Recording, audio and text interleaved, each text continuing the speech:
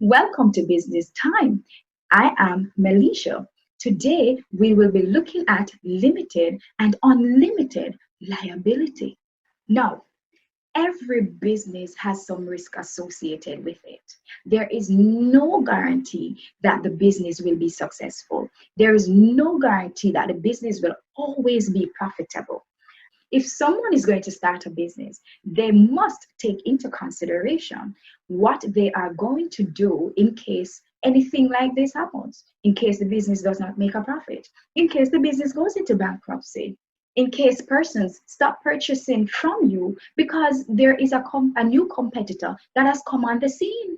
Anything can happen. Starting a business, running a business is risky business. That is why it is so important that before you start a business, you need to take into consideration those risks. So you start to think, all right, how best would I want to deal with those risks? If I set up a particular type of business, how could I deal with those risks? Now, two things you must bear in mind.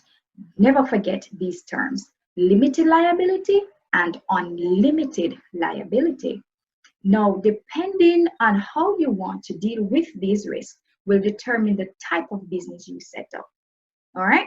When it comes to unlimited liability, what it means is that the business owners risk not only losing what they have invested in the business, but also their personal assets if the business goes into bankruptcy. After all, your creditors need to be paid. So if after using all your assets, all the money that you have, you sold them, converted them to cash to pay off your creditor, and let's say the business still owes money, what could possibly happen at this time is that they can look at your personal assets. They could say, this business owner has a house.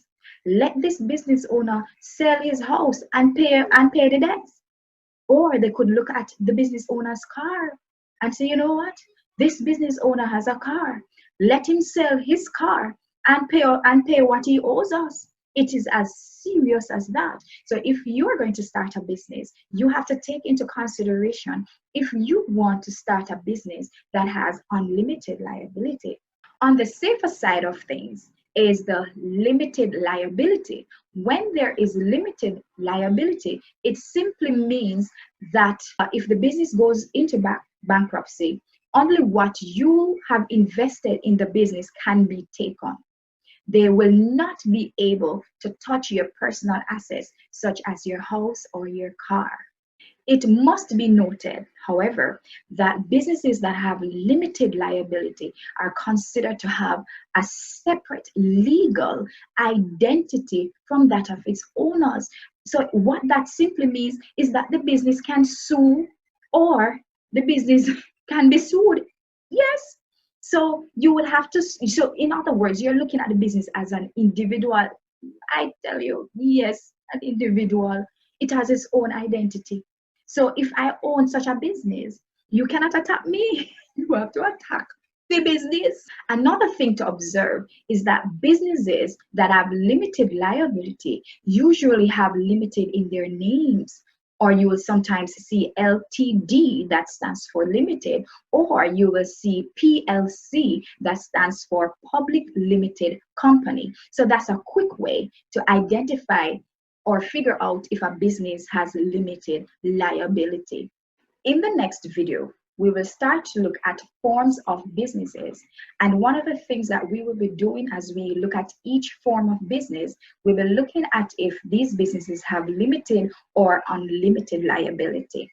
Hope you learned something today. See you next time.